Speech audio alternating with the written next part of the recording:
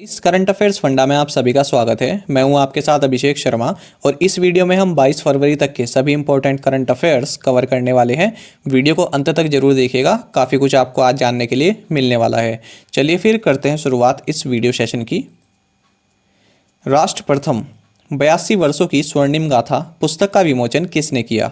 Options आपके सामने हैं और करेक्ट आंसर होगा ऑप्शन ए, अमित शाह। तो न्यू दिल्ली में इस पुस्तक का विमोचन किया गया। इस पुस्तक में सीआरपीएफ यानी सेंट्रल रिजर्व पुलिस फोर्स, इसके स्वर्णिम इतिहास के बारे में बताया गया है, उनकी journey, challenges, successes and sacrifices. आपको बता दें कि सीआरपीएफ का गठन सन 1939 में हुआ था। वर्तमान में इसके डायरेक्टर जनरल एपी माहेश्वरी जी हैं। अमित शाह आप जानते हैं कि यूनियन होम मिनिस्टर हैं, जबकि जी किशन रेड्डी ये minister of state for home affairs हैं, यानी गृह मंत्रालय में राज्य मंत्री हैं।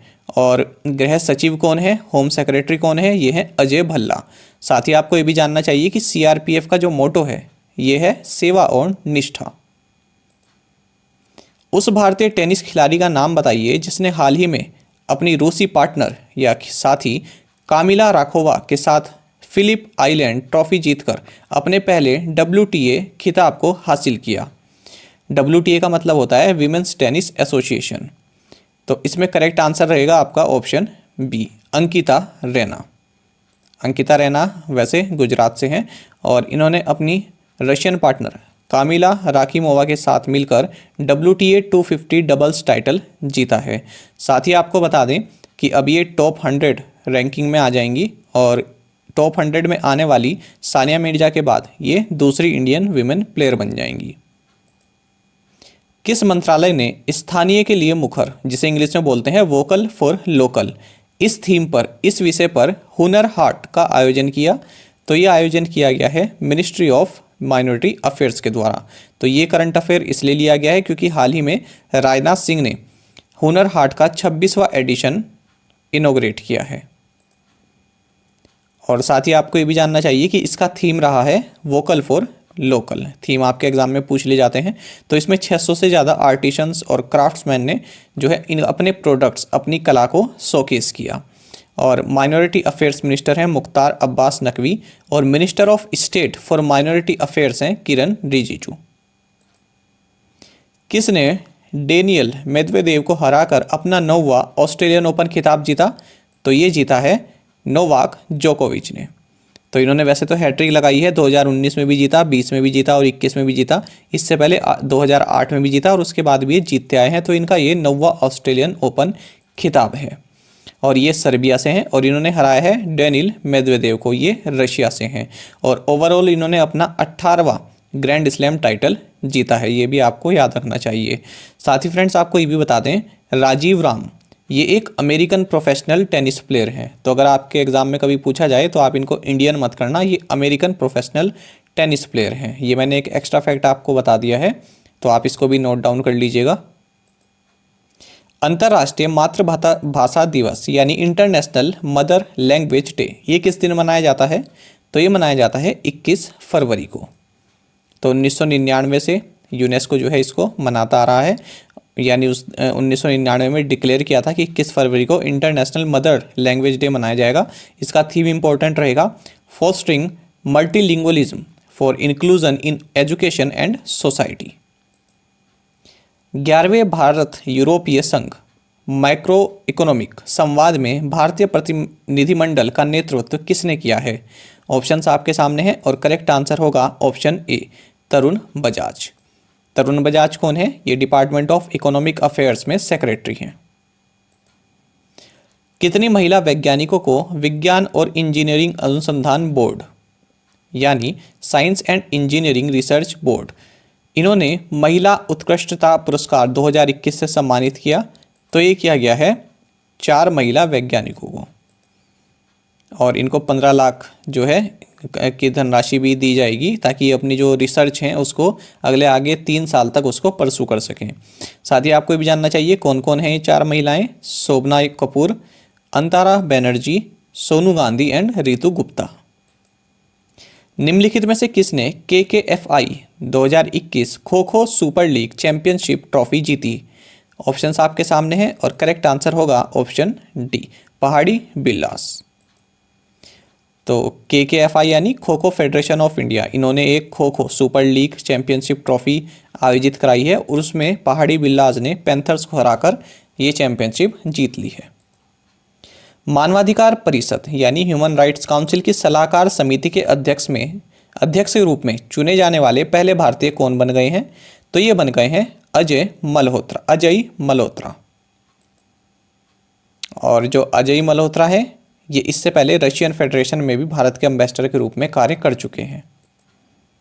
संस्कृति और पर्यटन मंत्री प्रहलाद सिंह पटेल ने किस शहर में 3 दिवसीय अतुल्य Bharat mega home stay development and training workshop का उद्घाटन किया? तो ये इन्होंने किया है दार्जिलिंग में। और दार्जिलिंग कहाँ है? ये वेस्ट बंगाल में है। निम्नलिखित में से किसने गो इलेक्ट्रिक अभियान शुरू किया? ऑप्शंस आपके सामने हैं और करेक्ट आंसर होगा ऑप्शन बी, नितिन गडकरी जी ने। तो इसमें वही मकसद रहा है कि इलेक्ट्रिक व्हीकल्स जो हैं उनको ज़्यादा से ज़्यादा यूज किया जाए और जो इलेक्ट्रिक कुकिंग अप्लाइंसेज हैं उनको भी यूज किया जाए। साथ ही आपको ये भी जानना चाहिए कि जो नितिन गडकरी हैं इनके पास 2 मंत्रालय हैं, एक तो road transport and highways ministry, दूसरा MSME मिनिस्ट्री। और इन्होंने हाल ही में इंडिया का फर्स्ट CNG ट्रैक्टर भी लॉन्च किया है। साथ ही इन्होंने इंडिया का पहला eco friendly non toxic cow dung paint इसको भी लॉन्च किया है, इसका नाम है खादी प्राकृतिक पेंट, तो इसको भी इन्होंने लॉन्च किया है। ये पॉइंट्स भी आप नोट डाउन कर लीजिएगा। भारत में 5 वर्षों में तेल और गैस अवसंरचना यानी इंफ्रास्ट्रक्चर बनाने में कितनी राशि खर्च की जाएगी? तो ये की जाएगी 7.5 लाख करोड़ रुपीस। तो ये हाल ही में प्रधानमंत्री नरेंद्र मोदी ने जो है इसकी घोषणा की है। तो ये जो है तमिलनाडु में इन्होंने कुछ प्रोजेक्ट का उद्घाटन किया है, उसी दौरान इन्होंने ये इन्फॉर्मेशन दी है। तो इन्होंने क्या क्या उद्घाटन किया है? इन्होंने कावेरी बेसिन रिफाइनरी जो कि नागापट्टिनम तमिलनाडु में है, इसका जो है उद्घाटन किया है, इसकी फाउंडेशन रखी है।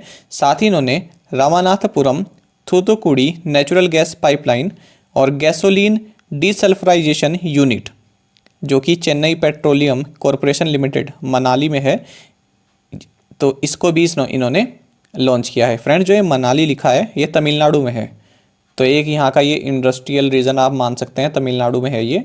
तो ये हिमाचल प्रदेश वाला मनाली नहीं है, चेन्नई पेट्रोलियम कॉरपोरेशन लिमिटेड जो कि मनाली तमिलनाडु में लोकेटेड है। यहाँ पर इन्होंने गैसोलीन डीसल्फराइजेशन यूनिट का उद्घाटन किया है। हाल ही में किस देश ने मानव में एवियन फ्लू के H5N8 स्ट्रेन के संचरण के पहले मामले का पता लगाया है? इंग्लिश में देख लेते हैं इस क्वेश्चन को। Which country has recently detected the first case of transmission of the H5N8 strain of avian flu to humans?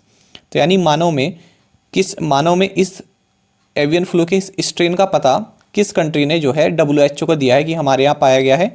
तो ये दिया है रशिया ने।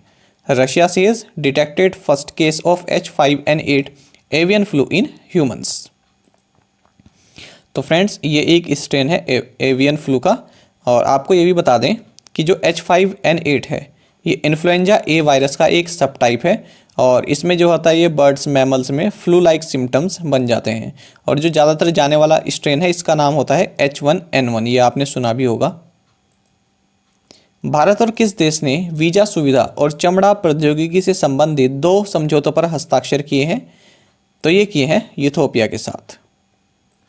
और यूथोपिया के बारे में अगर जानकारी लें तो इसकी कैपिटल है आदिश अबाबा, करेंसी है यूथोपियन बीर, प्रेसिडेंट हैं साले वर्क जेवते, प्राइम मिनिस्टर है अबी अहमद।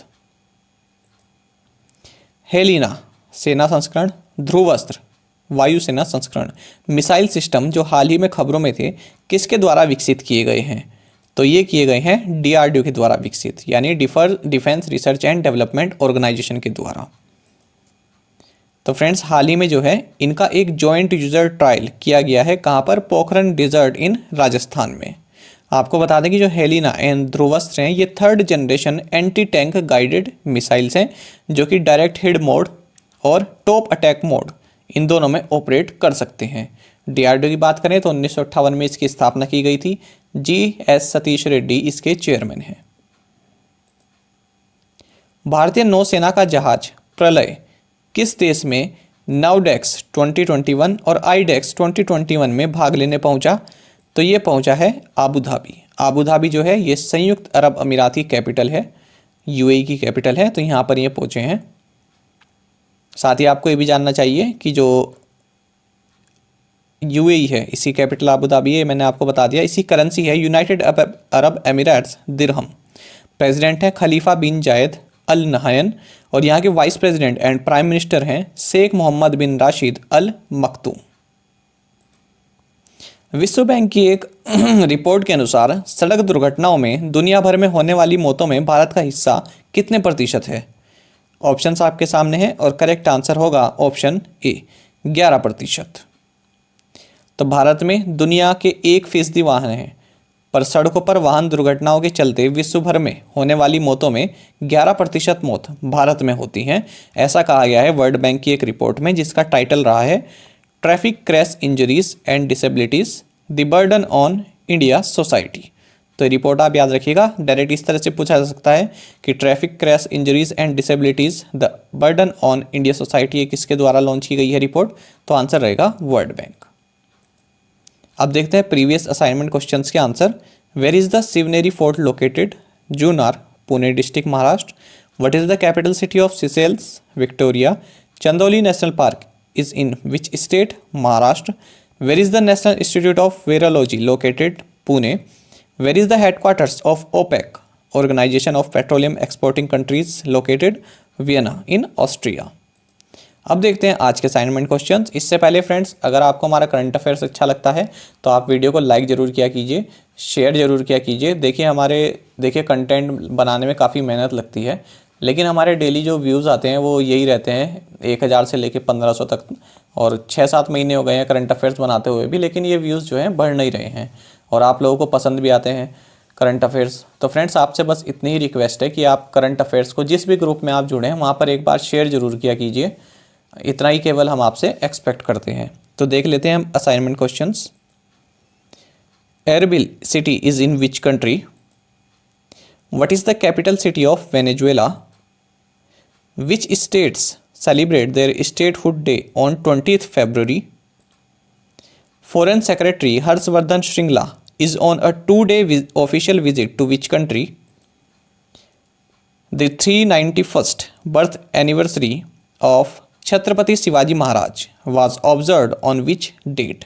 तो इन पांचों क्वेश्चंस के आंसर आपको हमें कमेंट बॉक्स में बताने हैं। अगर आपको एक क्वेश्चन का आंसर भी आता है तो वो भी आप हमें कमेंट बॉक्स में ज़रूर से बताया कीजिए। साथ ही फ्रेंड्स, आप हमारे weekly current affairs, monthly current affairs और जो भी हमारे स्टैटिक करंट अफेयर्स हैं इनकी PDF को काफ़ी कम अमाउंट पे करके आप ले सकते हैं। तो जो हमारी वीकली PDF है इसमें एक्सप्लेनेशन भी रहता है, जो हम वीडियो में बताते हैं वही इनकी PDF में मिलेगा आपको। तो ये 10 रुपीज़ में आप ले सकते हैं वीकली MCQs की PDF। और अगर आपको मंथली PDF चाहिए, मंथली करंट अफेयर्स की PDF चाहिए, तो वो 30 रुपीज़ आप पे करके ले सकते हैं। लेकिन सबसे अच्छा आपके लिए ये भी रहेगा कि अगर आप ईयरली सब्सक्रिप्शन ले लें 249 रुपीज़ का, तो ये आपके 249 में मिलेगा। और इसमें जितनी भी हमारी PDFs आएंगी आने वाले 1 साल में, चाहे वो करंट अफेयर्स मंथली हो और चाहे हमारी स्टैटिक हो, बैंकिंग अवेयरनेस से रिलेटेड हो, ये सभी आपको 249 रुपीज़ में आपको मिलती रहेंगी 1 साल तक के लिए। तो आप देख लेना, कोई ऐसा कंपलसरी नहीं है, आप नोट डाउन भी कर सकते हैं, ठीक है। तो ऐसी कोई अगर आपको आदत है कि PDF पढ़ने से, तो आप इसको ज़रूर लें। और दोस्तों, यहाँ पर करंट अफेयर्स की प्लेलिस्ट दी गई है, इसको आप ज़रूर देखें और अपने दोस्तों के साथ व्हाट्सएप एंड टेलीग्राम पर शेयर करें, लाइक करें और कमेंट करके ज़रूर बताना कि ये वीडियो आपको कैसी लगी। Thank you guys.